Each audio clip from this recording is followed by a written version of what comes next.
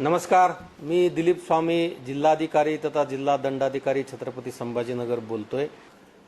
सद्यस्थितीमध्ये फार मोठ्या प्रमाणामध्ये जिल्ह्यामध्ये वृष्टी झालेली आहे, पाऊस चांगला झालेला आहे, म्हणून शेतकरी बांधव काही ठिकाणी पेरणीची घाई करत असल्याचं निदर्शनास आलेलं आहे।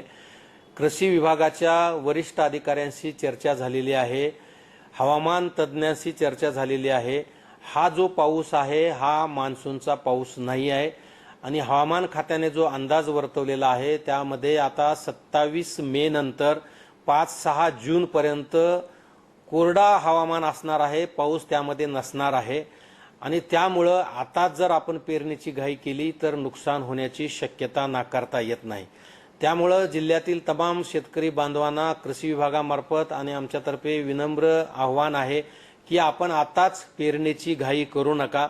मान्सून आता राज्यात आलेला आहे, तो आपल्या जिल्ह्यामध्ये येऊ द्या, 1-2 चांगल्या पद्धतीचे मान्सूनचे पाऊस पडू द्या आणि त्यानंतर जेव्हा मृदा ही पूर्णपणे पेरणीसाठी सक्षम होईल त्यावेळेसच आपण कृपया पेरणी करावी।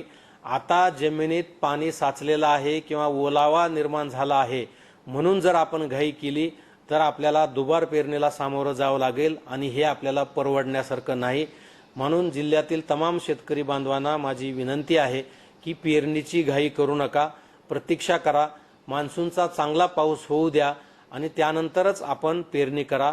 या संदर्भात आपल्याला काही शंका असेल किंवा आपल्याला काही मार्गदर्शन हवे असेल तर आपल्या तालुका कृषी अधिकारी कार्यालयाशी किंवा जिल्हा अधीक्षक कृषी अधिकारी कार्यालयाशी आपण संपर्क साधावा आणि शंकेचं निरसन करूनच आपण आपली पावलं उचलावीत। धन्यवाद।